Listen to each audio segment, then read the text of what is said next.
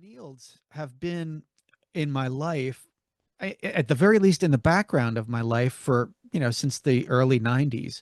It was always on the radio in the metal shop where I worked. I was a silversmith. So you were always on. You would turn up on the radio all the time. Oh, So back in it the day back in the when day. radio was like actually people listened to it. I fell in love with radio so much that I had a midlife crisis and I became a radio person at a I lot of love it. small stations. A lot I of small. love it. Yeah. I love it. Well, we sort of fell in love with radio in the 90s too.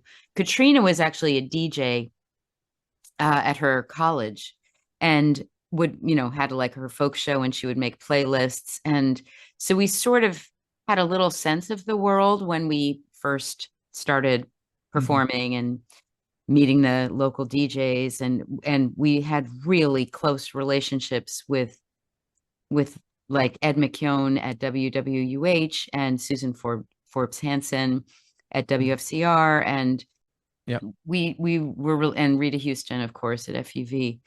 There was just great folk radio in the 90s.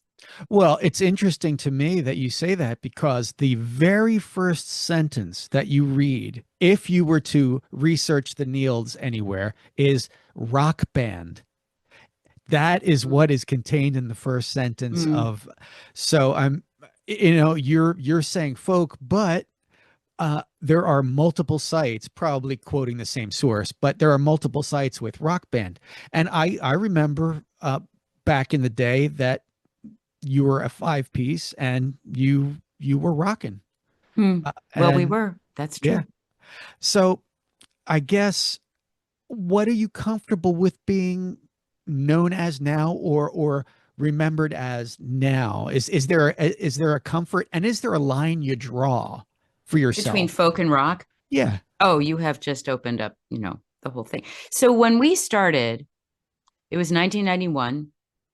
We were a trio with two acoustic guitars. That was what we were. Hmm. And we had sort of dreams about putting together a band eventually. But there was always a little bit of a pull within the three of us. It was me, Katrina, and my then husband, David Nields. Um, and he was way more of a rock guy, and Katrina was way more of a folky.